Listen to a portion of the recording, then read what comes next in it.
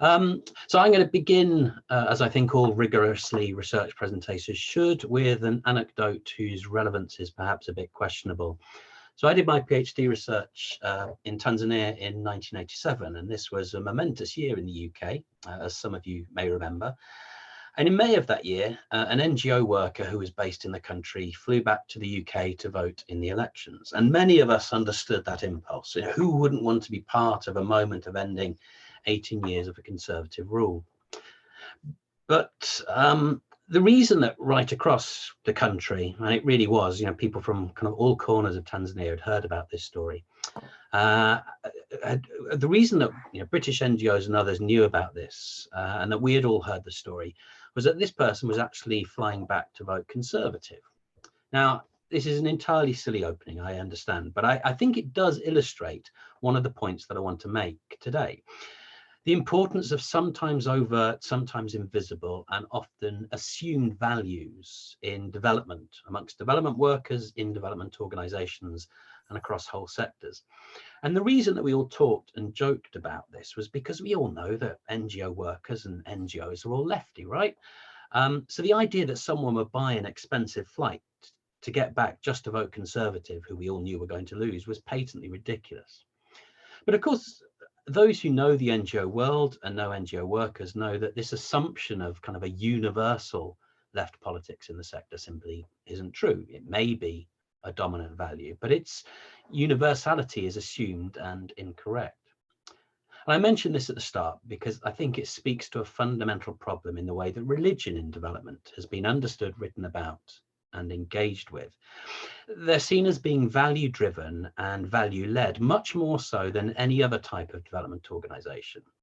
And overt faith values are actually seen as problematic in a way that other values are not in shaping and guiding programming and interventions. So as another example, you know, as Marissa said, I do a lot of my work on religion and development. And whenever I talk about it, I'm invariably asked whether I have a religion or what my own religion is, to defend my positionality in relation to faith. But if I'm speaking about NGOs or development more widely, no one ever asks me about my politics, as if that won't affect my objectivity.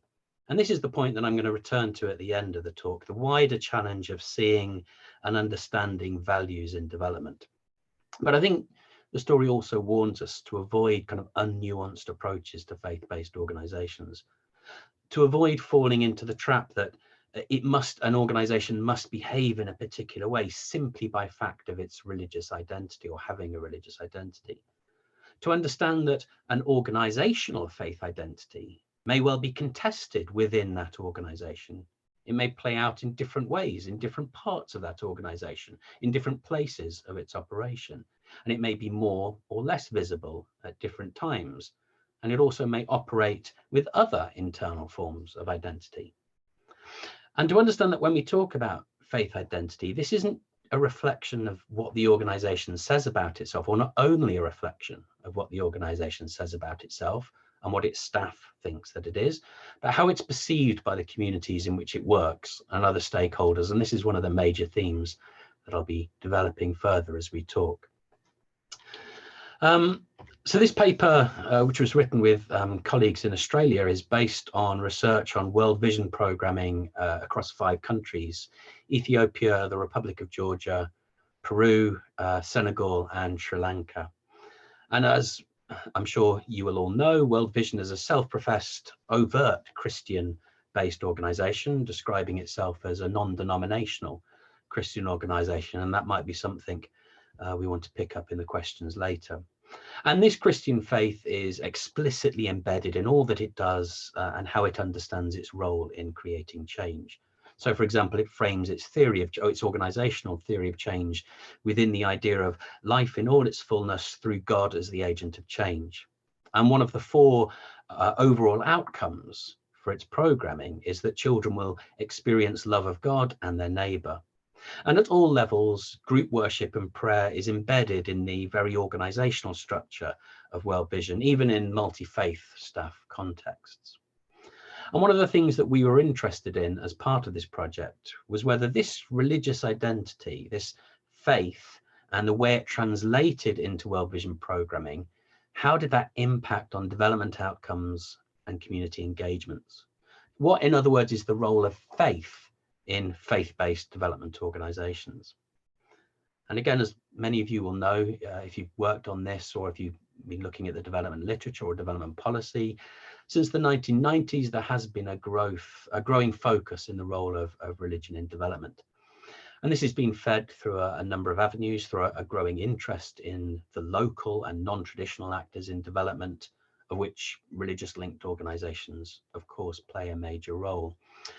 But it also reflects a growing recognition of the important role of culture and non-economic forces in shaping development, as well as emerging in response to a perceived, or to the perceived emergence of religious actors as a new force in development.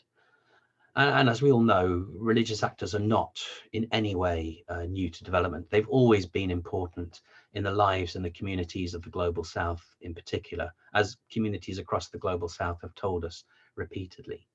Rather, it's the institutions and the policymakers who have been slow to recognize these actors. But despite coming late to the game, donors and international organizations have sought to understand what this knowledge and contribution towards development might be. What is it, in other words, that faith-based actors do differently to their secular counterparts, whether that's better, more problematically, or just different? And what is the role of faith and faith identity in understanding and explaining that difference? And this, I think, is a really critical question, and perhaps one that's been missed or not engaged with sufficiently in a lot of the literature. Much of the analysis of what makes faith-based development organizations different has looked at them from an organizational perspective, where they operate in relation to communities, their ability to straddle the hyperlocal and the global space, and the role of authority and voice and so on. But as Rick James notes perceptively, faith provides more than a mere institutional vehicle.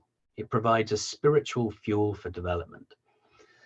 But the question then emerges, or then becomes, well, how does that fuel differ from that of other secular development actors? Does it turbocharge perhaps the impact of faith-based development organizations, allowing them to achieve different, perhaps better results than other non-faith actors? Does it create particularly sticky forms of community trust and therefore becomes a platform for broad-based and deep engagement? Or is it perhaps a more flammable energy, providing fuel for local tensions and potential conflicts, dividing societies along faith lines or in other ways? Does faith shape the kinds of interventions that faith-based development organizations tend to get involved in, as some suggest?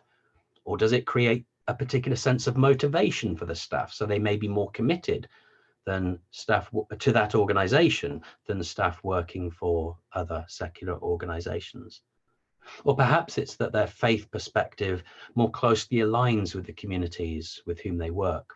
They share a language around well-being and development that acknowledges and embraces the spiritual non-tangible dimensions that more secular organizations perhaps find it harder to do so anyway. And so our paper was exploring how faith identity of a global faith-based development organization impacts on its work with communities, and in particular, whether this gives it an ability to establish common ground and to generate community participation. And it challenges what we think are two understandings, or perhaps misunderstandings, of religion in development.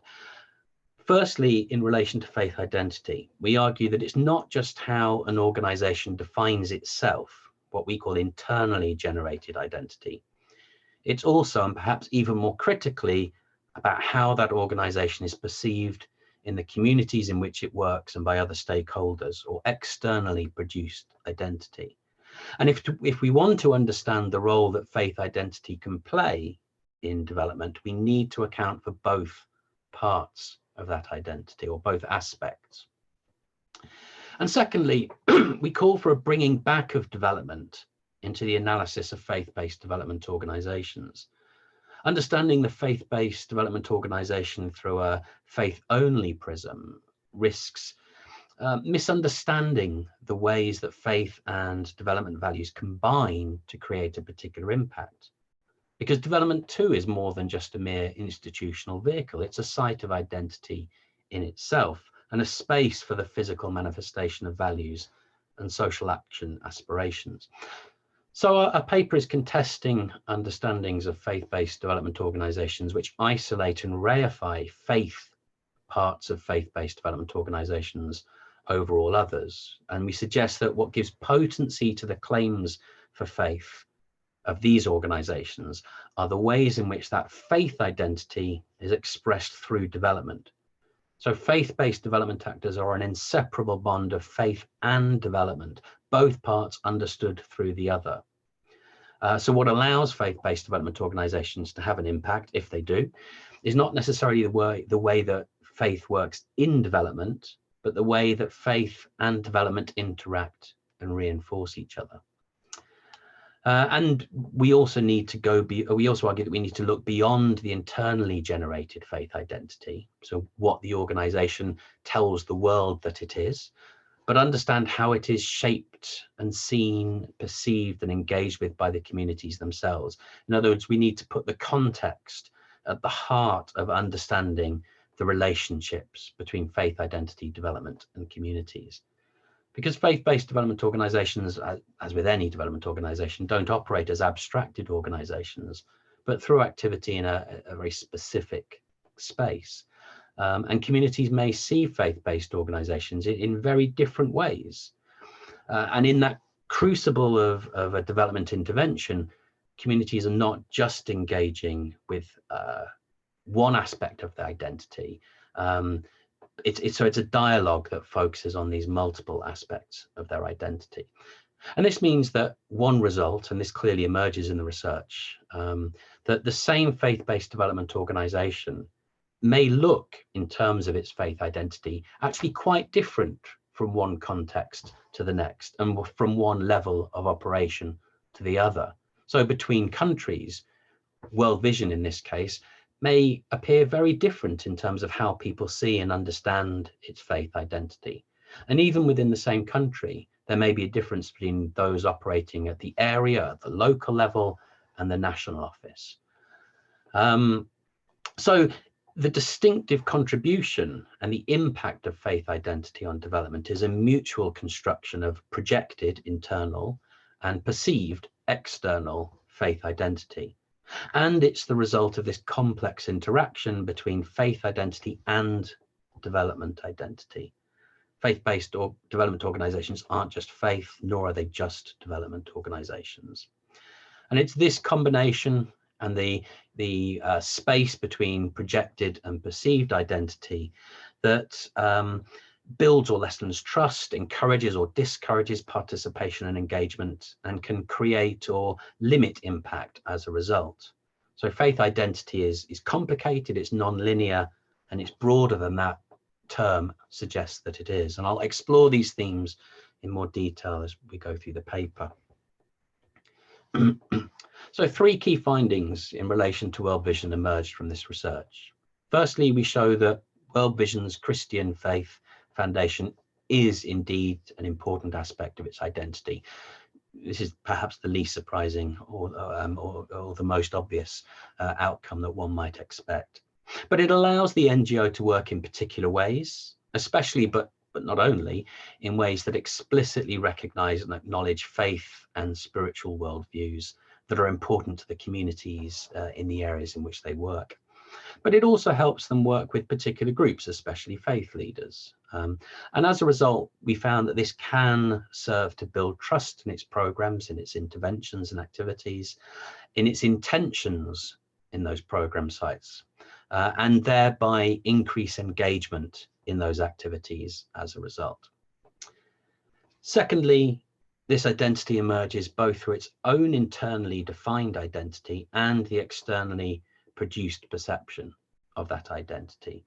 So communities did recognize World Vision as being embedded within a Christian tradition, but not always, or even mostly, as World Vision perhaps intended. So it was rarely seen as non-denominational, for example, but the precise version of what World Vision was seen to be depended on the particular faith landscapes of the research sites. So the extent to which communities were single or multi-faith, or the extent to which different Christian denominations were competing with each other for faith adherence, and whether there had been recent experiences of tensions or conflicts which had played out along religious, ethnic, or national lines.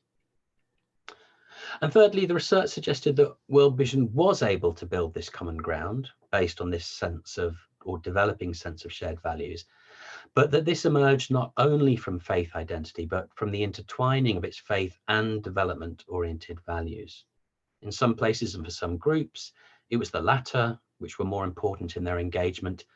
For some, recognition of development outcomes lessen the concerns about World Vision being Christian or being seen to belong to a particular Christian tradition. Whereas for others, having a strong spiritual identity did create a shared language for engagement. So in the case of World Vision, its faith identity served as a fulcrum around which a sense of shared values and objectives could be created, but it was the interplay between those faith values and development ones that were critical to that outcome in almost all the sites. So let's just have a look at some of those in turn. So World Vision, as we've already talked about, and as you will know, is explicitly Christian in its identity. Now, that isn't to say that all its staff are Christians. So in some sites, there are multi-faith staffs, and in some places, non-Christians may outnumber Christians in terms of the makeup of that particular World Vision office and organization. However, as other studies have also shown, our research found that all World Vision staff we spoke to had a very clear understanding of World Vision's official faith identity, regardless of their own faith. And that this did act as a motivation and a guide for their understanding of both what they were doing and why. In almost all sites, World Vision staff defined their work and the principles underlying their organization in explicitly religious and mostly specifically Christian ways. So in Jakau in Senegal, where World Vision staff consisted of both Christian and Muslims, and in fact Muslims outnumbered Christian staff, nevertheless the internal identity was one that was centered around a clear set of Christian teachings and values.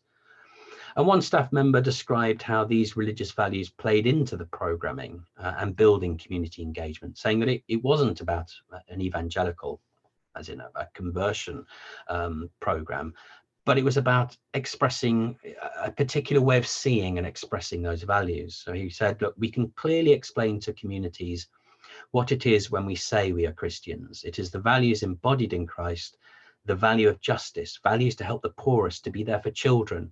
And all these are aspects we try to perpetuate through our actions. Similarly, in the Peru site, which was an urban area, the rest were rural, but this was an urban area. The area office staff made an explicit link between their activities and religious teaching and values, and how the two could feed each other. So this staff member said, we talk about God because it is the motivation, the interest of the project. I tell parents that they have to vaccinate their children during the first 5 years, not only because it's a development checkup, but because God cares about the life of your child. It's not an NGO telling you this, but God telling you to do it. Therefore, I am not talking about religion, I'm talking about health, which is involving the whole human being. That way, I'm not proselytizing pure religion, we're just talking about integral development. Now, and this is something, again, people may want to pick up in the questions that follow, because I think this actually also raises some really interesting questions about conflating the word of a development worker with that of God, or for another FBO, a different spiritual authority. And of course, this can encourage action or behavior change. So, in order to be a good Christian or a good Muslim, you should be doing this. But that can be dangerous if the advice goes against best practice or carries the potential for harm, such as we can see that in the way that faith-based organizations, advice they gave or some of the teachings they expressed in relation to HIV in the early years of those epidemics, then the added spiritual authority of such pronouncements might actually be a cause for concern rather than a cause for seeing it as reinforcing a message that encourages change. But staff respondents in pretty much all the sites link their work to their faith values. And although we weren't looking, and therefore we weren't testing for this. It is possible that this creates higher levels of commitment to these activities and perhaps a higher sense of purpose, even when relative to undertaking relatively mundane tasks. But it does indicate the way in which World Vision staff express their development mandate. So in terms that explicitly reference religious and specifically Christian teachings and the obligations of the faithful. But despite its own clearly internally understood faith identity and the efforts of the World Vision staff, both at national and local office levels, to live that identity through actions, through forms of engagement, the way that World Vision was perceived within communities and by partners in almost all cases differed from the official internal version. And in some ways, this, I think, was one of the findings that most surprised World Vision. I think they thought that people understood their faith identity as they projected it, rather than seeing them in the ways that actually it turns out many of the communities did see them in the various sites.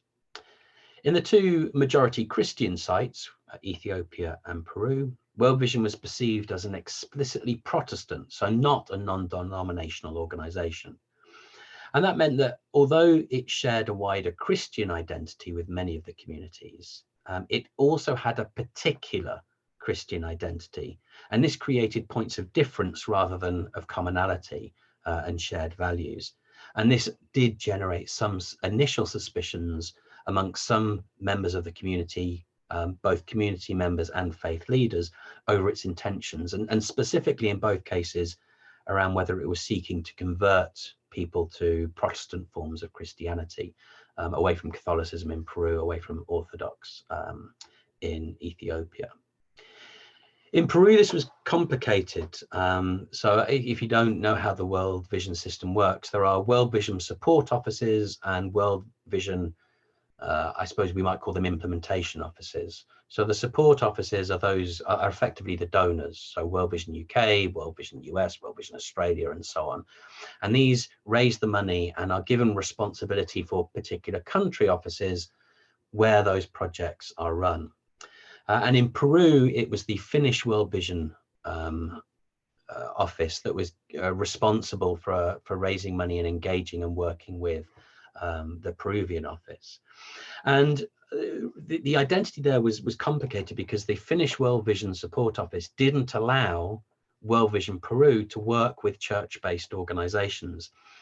And this was interpreted by the Catholic institutions, the Catholic Church and Catholic development organizations, as further evidence that World Vision actually is partisan and that it favored a particular Christian denomination. Now, the reason is because in Finland, a lot of the money was given to them by the government, which explicitly banned religious activities. And it may be that World Vision Finland had an overly strict interpretation of that law, but nevertheless, they felt they were constrained themselves. And the reason I raise this is because I think this further matters when it has implications for how we talk about large development organizations and the need to understand that they're not monolithic and that the position of multiple stakeholders can influence how an organization is perceived and how it perceives itself and how it's able to operate.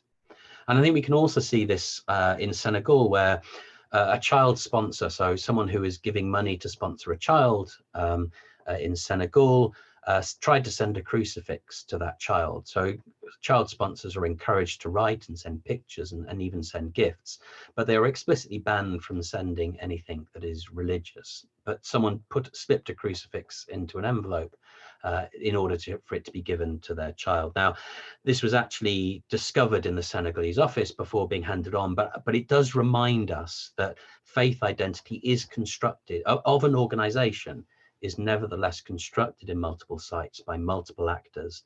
And this complicates the extent to which we can ever talk about a single faith identity of a whole organization.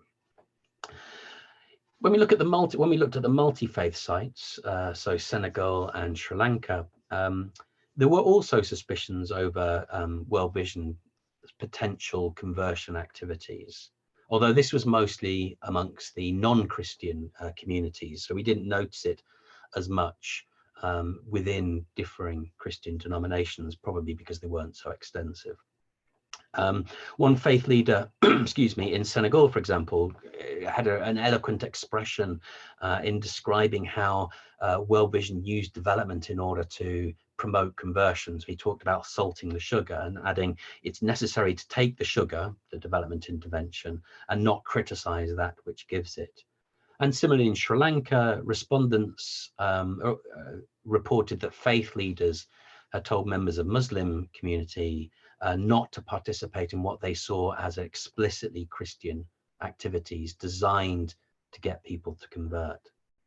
But interestingly, in Ethiopia, Muslim faith leaders there saw World Vision actually in a much more positive light because of this particular Christian identity rather than a general one.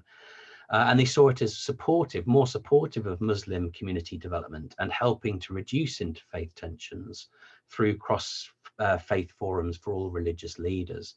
In fact, some of the biggest support for World Vision's role in reducing local religious tensions came from Muslim faith leaders. And there was a sense that World Vision, as an external organization and as one not linked to the Orthodox Church, was a potential ally against what they saw as Orthodox dominance and an Orthodox dominance that was somehow prejudicial towards Muslim communities. So in terms of the final element of this, the faith and development, what we found in all cases was that where suspicions existed, and suspicions that did impact on the level and scope of community engagement in the interventions, sustained contact and engagement with World Vision and its activities was able to mitigate or dispel some or most of these concerns. And in these instances, there was a clear shift away from a focus on points of intrafaith difference, away from a suspicion that World Vision was both partisan and seeking to undertake conversion activity, to a growing recognition and expression of shared values and a growing trust as a result in World Vision's declared intentions to be working for the good of all communities. So in Ethiopia, for example, an Orthodox faith leader noted that before, the community related the projects with religion, so that stage when there was a degree of suspicion. Now the people understand that it's not for religion, it's for development, for a better life. So this association with World Vision, with development and faith objectives, not only lessened suspicions over its possible true motivations, but expanded the perception of World Vision from a Protestant, partisan organization back towards a more generalized Christian one, a Christian identity. And respondents drew links themselves between Christian teachings and values and the work that World Vision was doing in addressing poverty. And reinforcing the idea that World Vision draws on both faith and development in its externally produced identity is a story that was told by one of our Muslim community member respondents in Senegal. So this person had been provided with rice and flour by a Catholic abbot. And he said, the story he tells is that when I returned home, my father refused to take it. He said he will not eat it. He said a Muslim should not have problems and go and see an abbot. So, of course, this was followed up by asking if this meant that there were similar concerns from his father about World Vision. You know, it's a Christian organization. It's clearly Christian. It was recognized and identified as Christian. So did that present similar problems? And he replied, no, because they come, they give you what they should give you, and they leave. That's it. There's no constraint. So, of course, the abbot, as a representative of the Catholic Church, and World Vision both have overt Christian identities, self-expressed Christian identities. But in this instance, World Vision's is associated with social action rather than an explicitly religious objective. So World Vision can move far more readily between expressions of faith, humanitarian and development values without being irrevocably tied to one alone.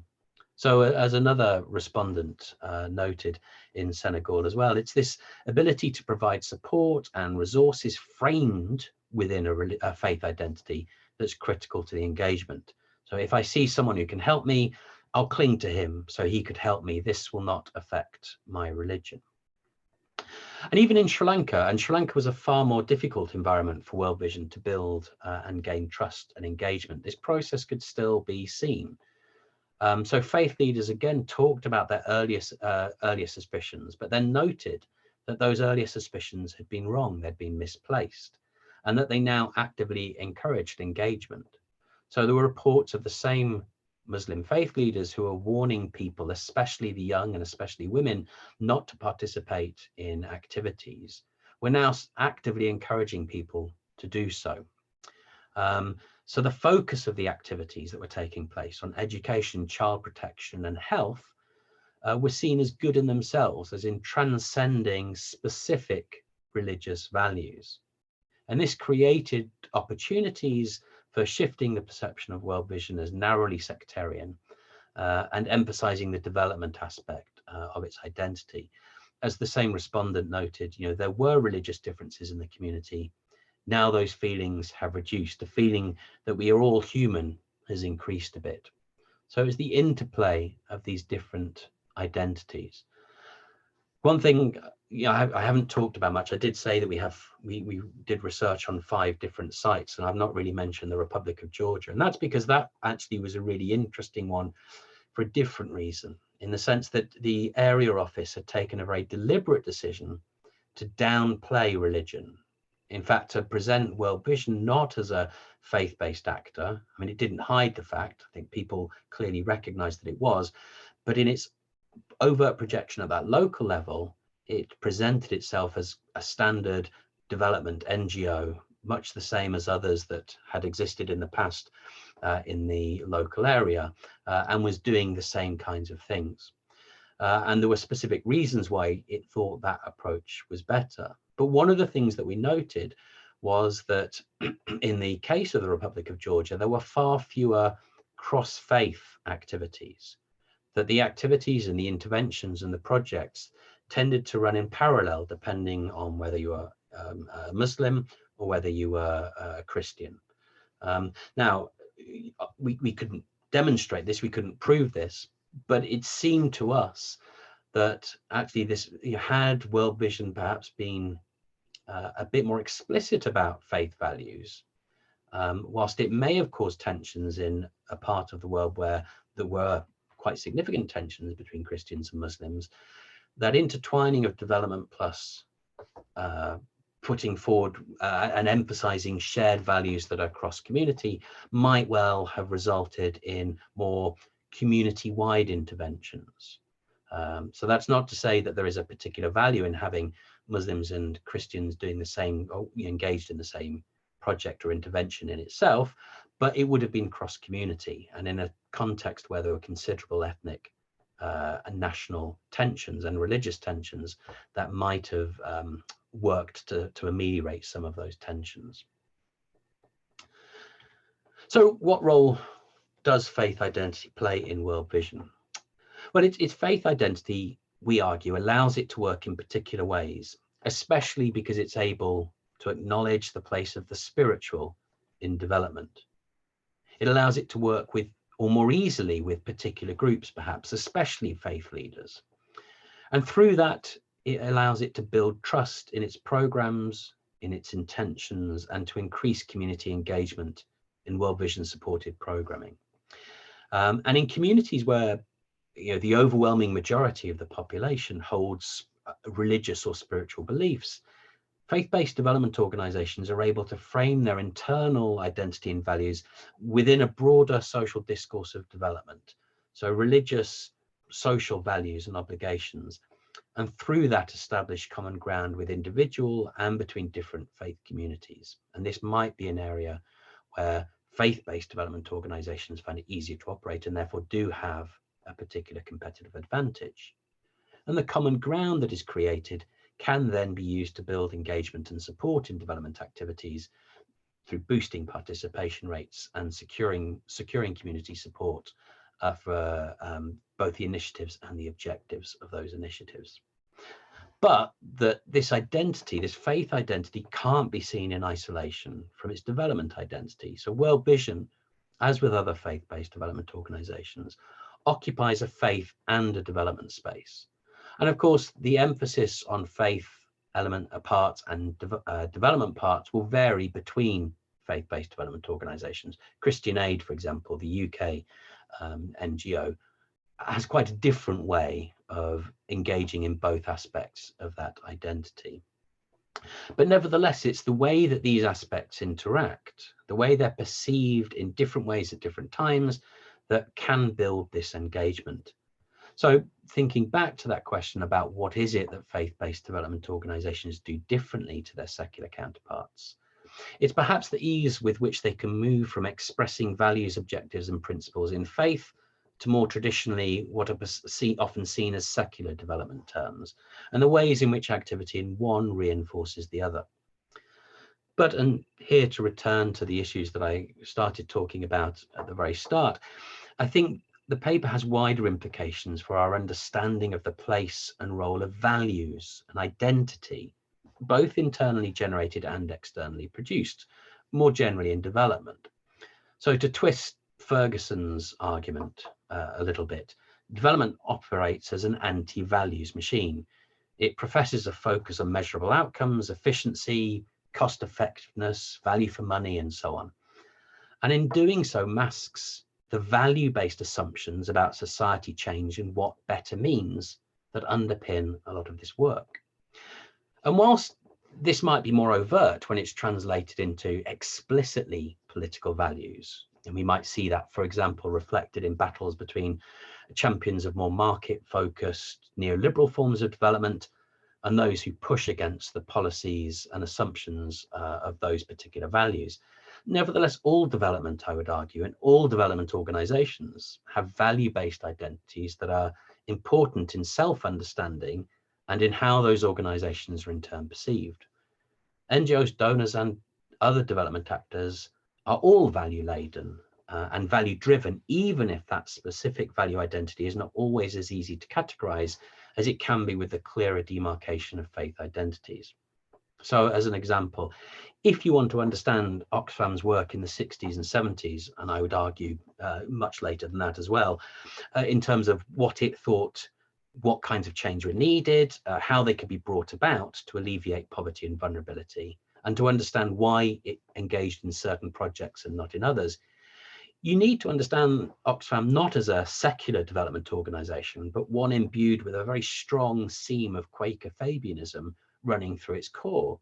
Now, this isn't a public identity, but it's clear, it was very clear to all those who worked there. It was clear to those who knew the leading Oxfam figures of the time, and it almost jumps up from archived documents of that time. It's almost impossible to miss.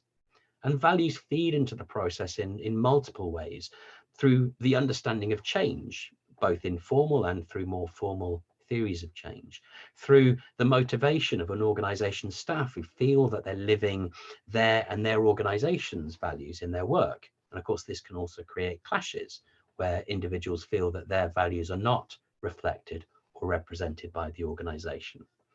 And it can provide, or they can provide, an entry point for communities in thinking about how much and why they might trust an organization in the absence of other markers. So for example, I might trust Oxfam because I believe in their political or social values, even if I don't know much about the specifics of their projects or their work more generally. Or I might not trust a faith-based development organization simply because the expression of their faith values means I don't trust them to act fairly. So in all of these ways, values affect the way that NGOs are perceived and the way they can work, and therefore the identity they have. And this brings us back to perhaps the rather silly anecdote with which I started. So it was of note to the NGO workers and others because it undermined these internal projections and external assumptions about what kinds of people choose to work for NGOs and in community development. Because there was this belief, this assumption in a universal set of values, unstated, unofficial, but clear to all. And this act challenged that. So we need to interrogate these claims. We need to explore them, not only to see how true they are, but to understand how, when, and why, and with which groups certain values and identity make a difference. Identity and values rather matter in and impact on development, whether they're faith, secular, or somewhere in between, whether they're hidden, open, or deliberately written out of the script. Thank you.